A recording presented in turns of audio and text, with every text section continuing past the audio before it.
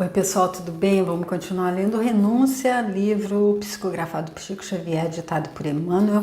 Traz então aqui a saga de muitos daqueles personagens que nós vimos ali no livro 50 anos depois, de acordo com o meu entendimento. O Emmanuel não faz esse link na apresentação do livro, como ele faz ali quando ele apresenta o próprio 50 anos depois, que ele diz que quem estava ali com ele dessa feita era o Pompílio Crasso, que nós vimos que ele veio como Ovídio Lúcius. E aqui eu acredito que seja porque a gente vê muita semelhança ali entre toda aquela paixão doentia que havia ali entre Cláudia Sabina, que Cláudia Sabina nutria por Ovídio Lúcius, que era casado com a Alba Lucínia, que também tinha um apaixonado por ela, que fez de tudo para terminar com o casamento dela também, que era o Lólio Úrbico. E eu acredito que eles apareçam agora nesse livro como a Susana, que é prima do Cirilo, que seria Ovídio Lúcius, e o Antero, que é primo da Madalena, que seria a Alba Lucínia. E a Susana seria a Cláudia Sabina. Então nós vimos que a Susana e o Antero estão determinados a cumprir um plano de vingança, porque ambos apaixonados que são pelo casal, pelo Cirilo e a Madalena, viram os dois se casando ali agora no Natal do ano de 1662. E aí a gente viu que como consolo para Susana, que ficou muito triste, revoltada mesmo, o pai dela, que eu acredito que seja o Quinésio Lúcius, porque no final dos 50 anos depois ele se comprometeu a recebê-la na família para que fosse trabalhado o perdão. Então ele, porque ela tem um grande sentimento de respeito, disse a ela para deixar os dois serem felizes e que ela podia ir se espairecer na Irlanda, e foi isso que ela foi fazer. Então nem no casamento deles ela compareceu, e ela foi ali para a Irlanda. Nós vimos no vídeo anterior, então ela ali visitando os pais do Cirilo, os tios dela, o Samuel e a Constância, e ela viu que ela chegou lá e viu que eles estavam em uma situação de pobreza muito grande. As crianças, ele tinha mais 6 irmãos menores, todos doentes, todos maltratados por causa daquela guerra santa que existia ali, que antes era católicos açoitando os protestantes, e agora eram eles que estavam sendo castigados ali, perderam as terras e tudo. E aí então, quando ela viu desse jeito, ela sentiu que podia ser o momento dela estar começando o plano de vingança dela, bem parecido com aquele que ela fez no livro anterior, de separar o casal. Mas ela disse assim, ainda que não conseguisse separar, pelo menos iriam os dois para longe da Europa, ela não ficaria vendo a felicidade deles. Porém, eu acredito que ela vai conseguir separar sim, porque vamos ver agora, quando nós vimos aqui no final do vídeo anterior, que ela chegou ali no final do ano de 1662, depois, na época ali do Natal, do final do ano, e o Emmanuel diz aqui, somente após o bom ano, Susana se dirigiu para Dublin, onde tomou uma embarcação que saía do canal de São Jorge com destino aos portos da Mancha. Ela ia então dali desses portos partir para Londres, onde ela ia buscar aquele apoio necessário, logístico, administrativo, para que os tios dela pudessem então partir ali para a terra nova, que era os Estados Unidos, no continente americano. E aí então o que ela gostou de saber é que a pessoa que ia levar, a embarcação que levaria eles, exigia que cada família tivesse pelo menos 3 homens em condição de poder trabalhar durante a travessia. E o tio dela disse que ele estava um pouco adoentado, e o irmão mais velho do Cirilo só tinha acabado de completar 18 anos. Então havia necessidade realmente de que o Cirilo viesse. E então, depois de aconselhá-los a escreverem para Cirilo e também para o pai dela, que é o tio Jaque, que eu acredito que seja o Quinésio Lúcio, dos 50 anos depois, que ali era o pai do Ovídio Lúcius, que agora é o Cirilo, por quem ele tem também muito respeito, porque a gente vê que são almas afins também.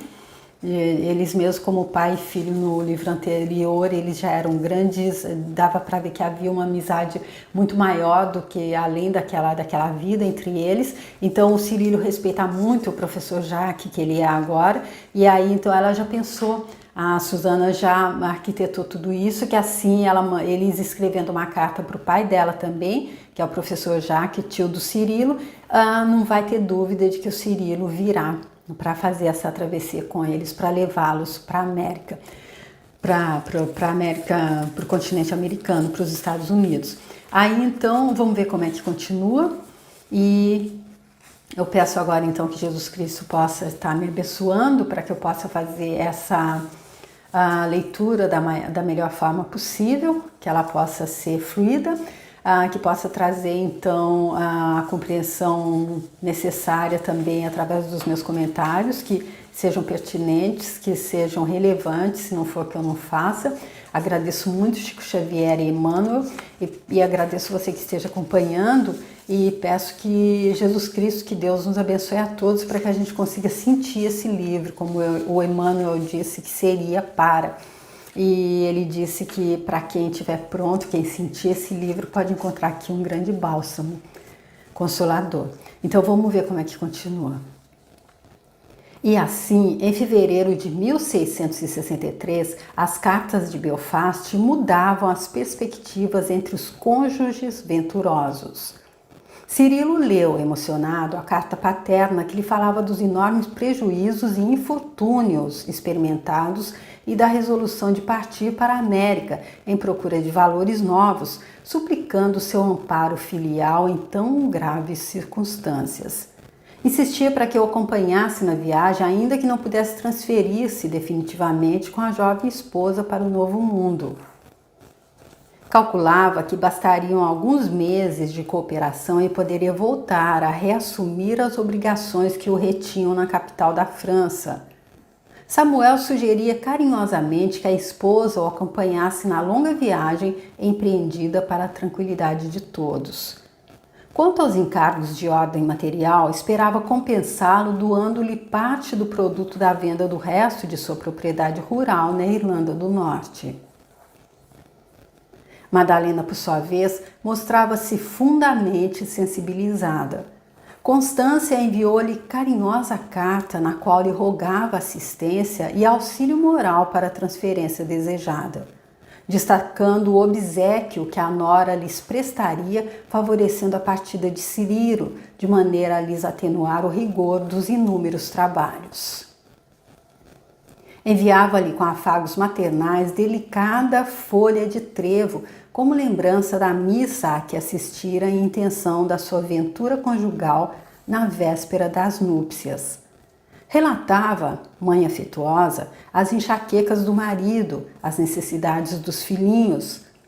Procurava, enfim, convencer a nora de que deveria partir também com eles e fazia-lhe sentir que sua casa era igualmente da nora a qualquer tempo.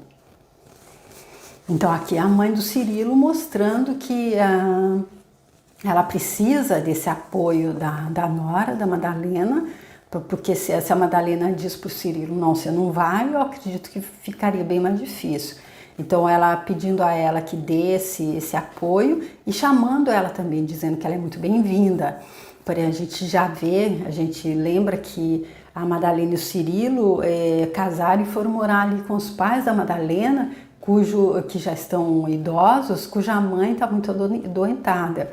E eles até disseram, o pai dela disse que seria bom que ele viesse, apesar do primo, que é o algoz, morar também na casa, seria bom que eles morassem ali, exatamente porque ficaria muito difícil para o casal ficar longe dela. Então, acredito que vai ser difícil que ela acompanhe aqui o Cirilo. E vamos ver então se ela vai dar esse apoio que a mãe está pedindo, que a sogra está pedindo. A jovem esposa de Cirilo chorou emocionada ao receber as confidências da sogra. Se fosse possível, teria partido para Belfast naquele mesmo dia, a fim de confortá-la. Mas não podia considerar sequer a possibilidade de uma visita a Ulster nos meses próximos, porque Dona Margarida piorara muito do seu velho mal cardíaco. Prostrada, palidíssima, não arredava pé da cama, reclamando assistência carinhosa e constante. Por vezes, as dispneias sobrevinham noites seguidas, agravando-lhe os padecimentos atrozes. E aqui, como eu acredito que aquele núcleo, aquelas pessoas ali que sofreram tanto ali com toda aquela maquinação feita pela Cláudia Sabina. Eu acredito que são todos eles aqui na mesma, mais ou menos nas mesmas condições. Eu acredito que o Dom Inácio, que é o pai da Madalena agora, casado com a dona Margarida, fosse o mesmo Fábio Cornello, que era o pai da Alba Lucínia e era casado com a Júlia Spinter, ali que eu acredito que seja a dona Margarida, porque a gente lembra que ali no final dos 50 anos depois, ela disse que ela também voltaria para ajudar o marido dela, e a gente lembra ali que o final, ele foi morto pelo Silano, que era o filho da Cláudia Sabina, que ele mandou que ele matasse a Cláudia Sabina sem que ele soubesse, sem que o Silano soubesse que era a mãe dele. Aí ele ficou todo revoltado e voltou e matou o Fábio Cornélio, que então estava ali, nem apareceu entre os espíritos que estavam ali fazendo a organização no final dos 50 anos depois, de tanto que ele estava comprometido. E aí a Júlia Spinter disse que voltaria para ajudá-lo, então eu acredito que ela também seja a dona Margarida, seja a Júlia Spinter. Que fazer em face de tão angustiosos obstáculos? Ao crepúsculo desse dia de notícias singulares, em que as emoções agradáveis se haviam misturado largamente com a dor, Cirilo e Madalena encaminharam-se ao templo de Nossa Senhora, Notre-Dame, ansiosos por uma inspiração que lhes aliviasse a alma inquieta. Madalena desejava sinceramente ir a Belfast, atendendo aos apelos afetuosos da sogra, mas a precária saúde da mãe a impedia de formular qualquer projeto a respeito. Afinal de contas, dizia Cirilo sob o manto estrelado do céu que sempre lhe enchia de encantamento o espírito sonhador. Não devemos sofrer tanto antecedendo fatos que se desdobrarão segundo a vontade do Pai Celestial. Somente partirás em março e até lá, quem sabe? Aí então aqui a gente vendo que a Júlia Spinter, a Madalena, que era a Alba Lucínia dos 50 anos depois, mas a gente entende que esse livro aconteceu ali no início do século, e naquela época ela era mãe da Célia, que já era cristã e ela não entendia de jeito nenhum o cristianismo. É que a gente vendo que ela cresceu, que ela evoluiu, porque olha aqui ela dizendo, até vai partir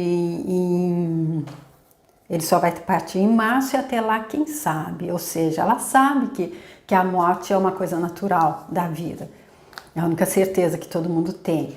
E aí ela também falando do Pai Celestial, porque eu acredito que todos eles já tiveram outras encarnações, eu não acredito que ficaram, nada, só a minha forma disso eu não tenho nada para, só suspeito, que todos eles, pois a gente vê até ali na apresentação, quando a personagem da Alcione foi chamada pelo Pólux, vinha de ser um ex-sacerdote, então ele ainda não está aqui, eles ainda não estão aqui nesse núcleo, que vai todo mundo estar junto agora.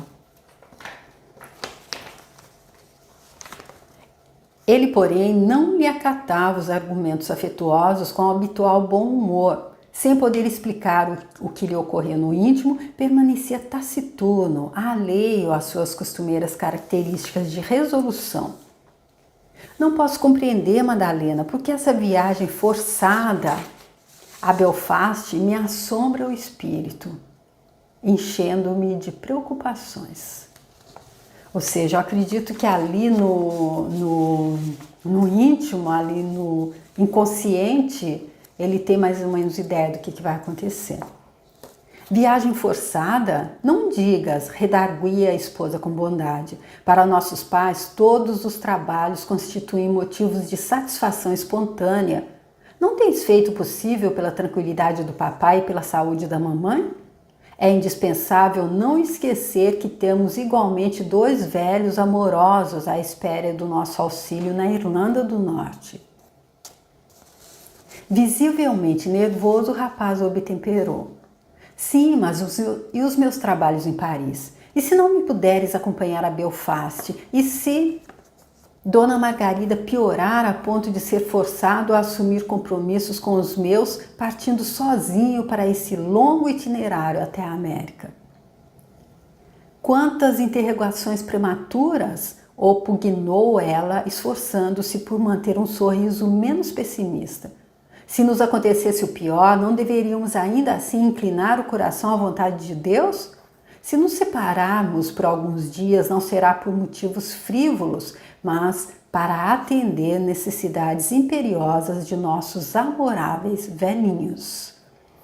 Então a gente vê que a Madalena está ali realmente fazendo das tripas coração e sendo forte ali para... ela também, eu acredito que não gostaria que o Cirilo partisse sozinho, mas ela vê que o certo seria que ele fizesse isso, então, porque os pais dele estão precisando. Procurando desfazer as penosas impressões do esposo, a filha de Dom Inácio continuou. Relativamente aos teus trabalhos comuns, acredito que não seja difícil obter uma licença sem remuneração. E se mamãe piorar, impedindo minha partida, estaremos juntos nas preces sinceras ao céu para que todas as dificuldades cessem logo. Além disso, não devemos contar com a assistência do tio Jacques? De Blois a Paris não é longa distância. Precisamos coragem, Cirilo, pois Jesus não nos deu a felicidade somente para a satisfação pessoal, e sim para que aprendamos a estendê-la a outros seres. Nossos pais estão cansados e doentes, é justo lhes ofereçamos nossa disposição para o trabalho e o socorro da nossa mocidade sadia. O moço ponderou aquelas palavras, deixando perceber que havia encontrado a desejada solução e enlaçou-a com mais ternura. Embebidos na cariciosa contemplação da noite amiga, falaram ainda há longo tempo de suas esperanças e projetos de futuro, regressando ao ninho doméstico, cada qual fazendo o possível por se mostrar mais otimista, visando o conforto recíproco. Mas, quando foi atender a genitora doente, Madalena contemplou o crucifixo de madeira que Dona Margarida conservava no quarto, pendente do leite, e, fixando o olhar na imagem de Jesus, pediu-lhe com fervor lhe desse paz ao coração atormentado por infindos receios. Depois de verificar que a matrona repousava em profundo sono, ajoelhou-se, beijou aquele símbolo de sua fé e limpou uma lágrima cuidadosamente, para que o esposo não lhe surpreendesse os amargos presságios.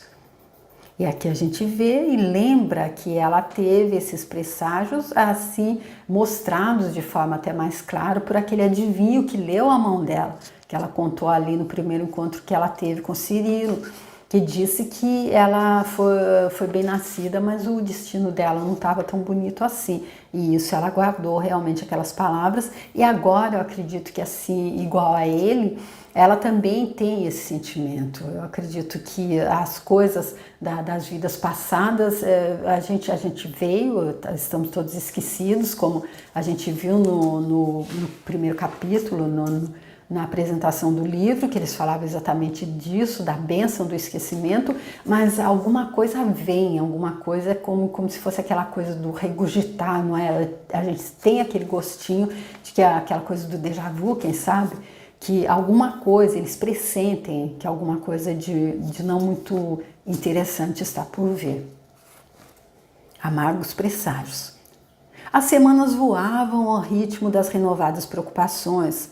Após uma consulta ao tio Jacques, que fora igualmente informado da precária situação de Samuel em Belfast, Cirilo Davenport decidiu-se à viagem a fim de auxiliar os pais no que fosse possível. Preparou o desligamento temporário dele dos serviços, tomou as providências necessárias, mas Dona Margarida piorava devagarinho, impossibilitando de qualquer modo a ausência da filha. À vista disso, o rapaz foi obrigado a partir sozinho para a Irlanda em fins de março. Informado de que Suzano permaneceria no torrão natal, Madalena dirigiu-lhe carinhosa carta, junto da que escrevera com muito afeto à bondosa sogra, explicando a possibilidade de visitá-la e solicitando-lhe que, como prima devotada, a representasse na família, orientando Cirilo em suas necessárias decisões de auxílio aos pais. Aqui, então, sem saber, a Madalena, então, ela nem imagina para quem ela está pedindo isso, né? Ela nem imagina quem ela está pedindo que a represente ao lado do marido dela, ao lado do Cirilo. Desse modo, o filho de Samuel partiu deixando a esposa no círculo habitual constituído por Dom Inácio, sempre nervoso. E aqui a gente vê que o Emmanuel traz isso à tona, sempre nervoso, que a gente vê, dá para perceber o que aconteceu ali também nos 50 anos depois, quando ele também estava nessa situação de não ter recursos financeiros, ele se encontra da mesma forma, e nós já vimos como é que foi ali toda a conversa dele com Antero, que é quem sustenta a casa, que é o primo para quem a Madalena estava prometida, e também como é que ele se colocou ali com relação à Inquisição, a guerra entre protestantes e católicos. Então o Emmanuel dizendo aqui que Dom Inácio sempre nervoso, Dona Margarida gravemente enferma e Antero, que rodava de Paris a Versailles e vice-versa, como quem perseverava nos mesmos propósitos, esperando as oportunidades. Então aqui acredito que vai ficar mais fácil para Antero e Susana estar colocando o plano deles em ação, já que o Cirilo acabou de partir sozinho, porque a Madalena realmente não podia deixar a mãe adoentada do jeito que está. A chegada de Cirilo foi um acontecimento de larga repercussão no lar paterno. Susana, dias antes, havia regressado da capital inglesa com todos os documentos legais concernentes à emigração de Samuel e família para a colônia longínqua. Depois de uma visita pessoal a Carlos II, e Carlos II é nada menos do que rei da Inglaterra, e ele foi rei também da Escócia e da Irlanda entre 1660 até a morte dele, em que fizeram questão de alardear o valor de suas relações prestigiosas na corte de França, todas as portas se lhe abriram com facilidade surpreendente. Ou seja, a Susana realmente, ela é exatamente como a Cláudia Sabina, que era ali braço direito do imperador no início do século, aqui ela continua então ali bem elevada socialmente, ela frequenta a corte, ela frequenta os reis. Ela foi visitar o Carlos II, que era rei da Inglaterra nesse momento, e nós vimos também que ela estava ali na festa do rei Luís XIV na França, e ela não deixou de contar eles ali que ela tinha relações prestigiosas na corte da França. Além de conseguir as dotações necessárias, inclusive sementes e outras utilidades, solicitou também um auxílio financeiro para o velho Gordon, que lhe recebeu a gentileza profundamente sensibilizado.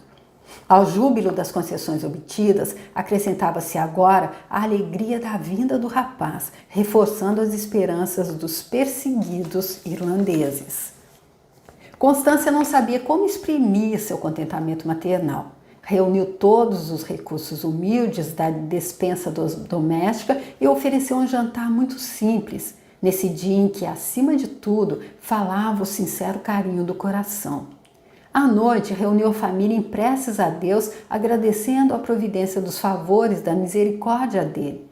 E após as orações comuns, expressou um voto de reconhecimento a São Patrício, que é o patrono da Irlanda, pela feliz chegada do filho, o que, feito em voz alta, na espontaneidade do afeto dela, arrancou muitas lágrimas ao rapaz, que permanecia igualmente de joelhos, em obediência à tradição familiar. Conforme acontecera à prima, Cirilo impressionara-se fortemente com os quadros de infortúnio resignado e de velada pobreza que viera encontrar na paisagem querida de sua infância.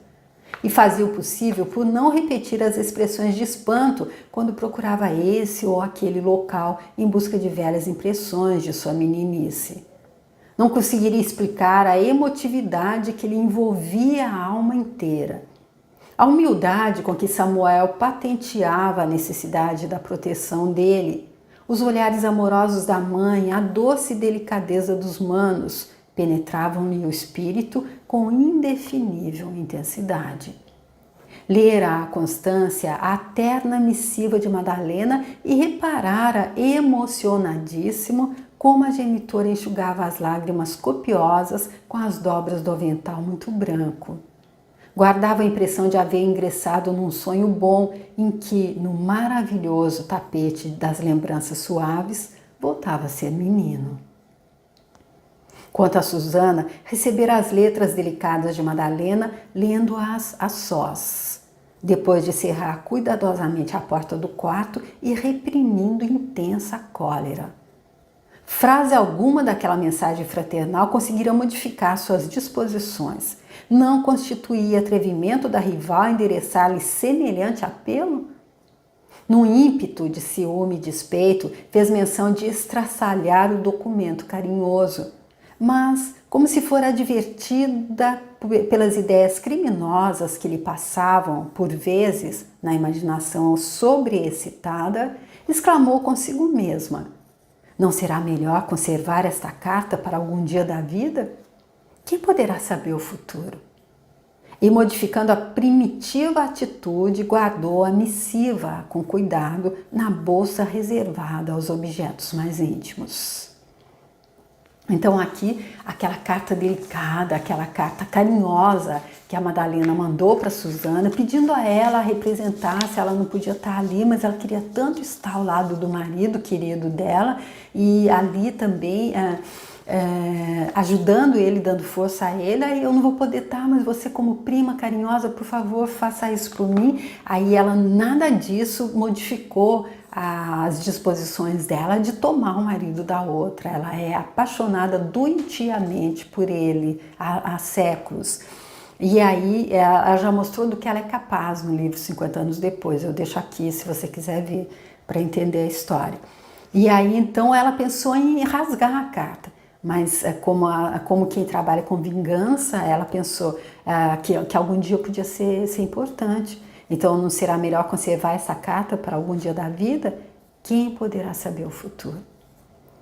Abraham Gordon, à noite, viera participar das alegrias familiares, abraçando jubiloso o recém-chegado de Paris, a quem amava como o próprio filho, desde o dia em que Samuel e Constância o haviam chamado para levá-lo à pia batismal, ou seja, seu padrinho do Cirilo.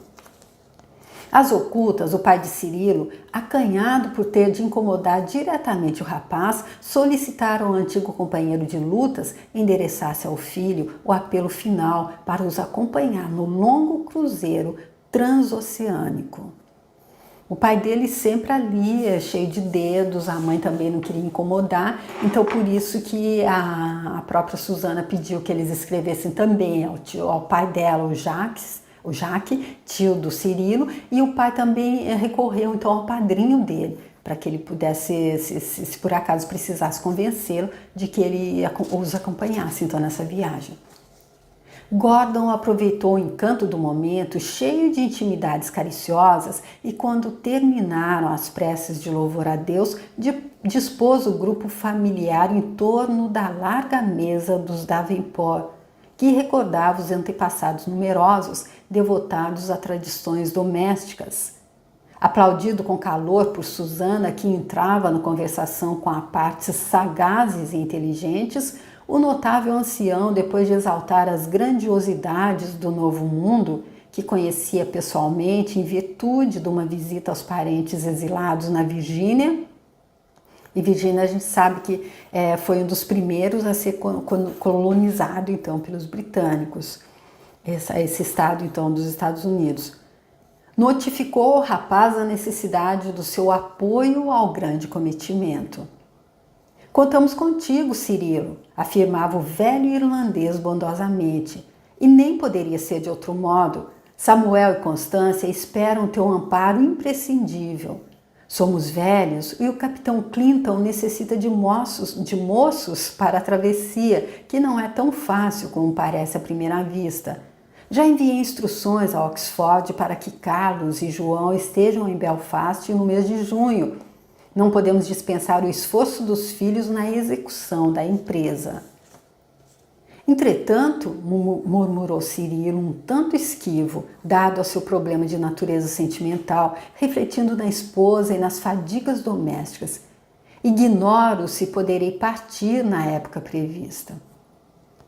Não há mais tempo para hesitações, obtemperou o velho Gordon, depois de bater com o cachimbo da mesa num gesto muito dele. A questão não é de possibilidade, é de imperiosa necessidade.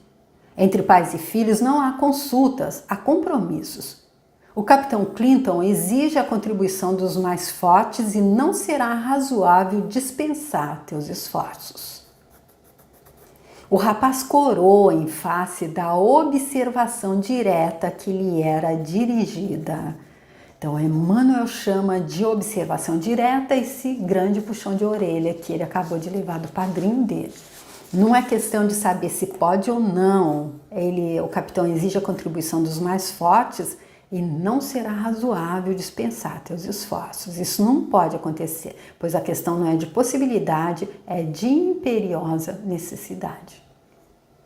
E aí, então, ele disse: o rapaz corou em face da observação direta que lhe era dirigida e, ocultando suas recônditas preocupações sentimentais, receando ser tido à conta de covarde, considerou: não me furto ao que constitui para mim um grato dever, mas, como sabem, meus serviços intelectuais em Paris são bastante expressivos e não sei se me permitirão uma ausência prolongada. Meu filho, exclamou Abraão convicto, não guardes ilusão sobre pretensas realizações intelectuais dos nossos tempos. Isso é um miserável engano, Cirilo. Os espíritos vulgares alardeiam conquistas mentirosas, enquanto escondem a consciência vestida de andrajos. Semelhantes fantasias vão conduzindo os homens mais sábios à confusão e à ruína total. As lutas religiosas que nos expulsam do berço não serão resultantes da desordem do pensamento? Por que motivos protestantes e mesmo os católicos eminentes se empenham em lutas de morte? Será porque trabalharam com as mãos ou porque se desviaram do caminho de Deus pelo abuso dos raciocínios? As mãos não se equilibram sem o impulso orientador das ideias, como as ideias não se materializam sem o concurso das mãos. No entanto, suponho que os homens vão esquecendo o dom do serviço pelos excessos do pensamento em desvario. Ou seja, para resolver qualquer coisa tem que se controlar o pensamento, porque primeiro acontece o pensamento e depois a ação. Todos acompanhavam com atenção os argumentos profundos enquanto o rapaz fixava os olhos brilhantes no rosto simpático e bondoso do velhinho. Estava tocado nas fibras mais sensíveis e contemplava o antigo mentor em respeitoso silêncio, ansioso por não perder um só de seus elevados conceitos. Então aqui a gente vê o Cirilo sendo colocado ali entre a cruz e a espada. O pai dele bem sabia que seria difícil convencê-lo sozinho, porque ele não teria esse tipo de argumento, acredito, já que ele estava um pouco assim, até envergonhado por estar atrapalhando a vida dele, que tinha acabado de casar. Por isso ele chama então o padrinho dele, que está ali então deixando claro para ele que não há outra coisa a se fazer nesse momento do que acompanhar os pais dele para essa nova aventura, para esse novo recomeço. Vamos ver então como é que vai continuar esse diálogo dessa primeira vez, então, depois de casado, que o Cirilo vai visitar os pais dele, então, depois desse pedido urgente que ele recebeu com as cartas que a Susana, então, organizou para que os pais dele enviassem a ele, porque ela viu nesse momento de necessidade dos pais a chance dela de afastar o Cirilo da Madalena, e assim ela disse que ela não pode ir, mas eu não acredito que se ela conseguir que ele vá sozinho, que ela depois não vá atrás, porque o objetivo dela, como ela disse no primeiro capítulo, é não abrir mão dele, ela não abre mão da posse dele, pois ela é apaixonada doentiamente por ele desde há muitos séculos. Então vamos ver do que ela será capaz agora então para conquistar esse amor, apego que ela nutre por ele. E por outro lado ficou então a Madalena ali sozinha com aquele outro que é apaixonado doentiamente por ela, que é o primo dela dessa vez, o Antero. Mas vamos ver como é que continua toda essa mais uma saga que o Emmanuel traz para a gente, que não é ficção, que são acontecimentos verídicos e que ele traz para a gente porque ele quer que a gente possa ser sábios, que nós possamos ser sábios, que nós possamos aprender com erro alheio. A gente não precisa errar para aprender. É isso que os livros de Chico Xavier, que são romances, eu acredito que trazem, porque são histórias verdadeiras e a gente que entende que nós estamos nessa vida apenas para nos melhorar, apenas para evoluir. Então dá para, como o Emmanuel disse, dá para essa história, dá para ser um bálsamo para a gente, para qualquer problema que a gente esteja enfrentando. Eu espero que você consiga encontrar esse bálsamo se você estiver precisando. Eu acredito que está todo mundo, né? E se você gostou também e quiser compartilhar, curtir, comentar, eu agradeço muito. Se quiser dar uma entrada lá no meu canal e ver os outros livros do Chico, e tem outros lá também muito interessantes. E se você se sentir à vontade, se inscreve, tá bom? Muito obrigada, até o próximo vídeo, tchau!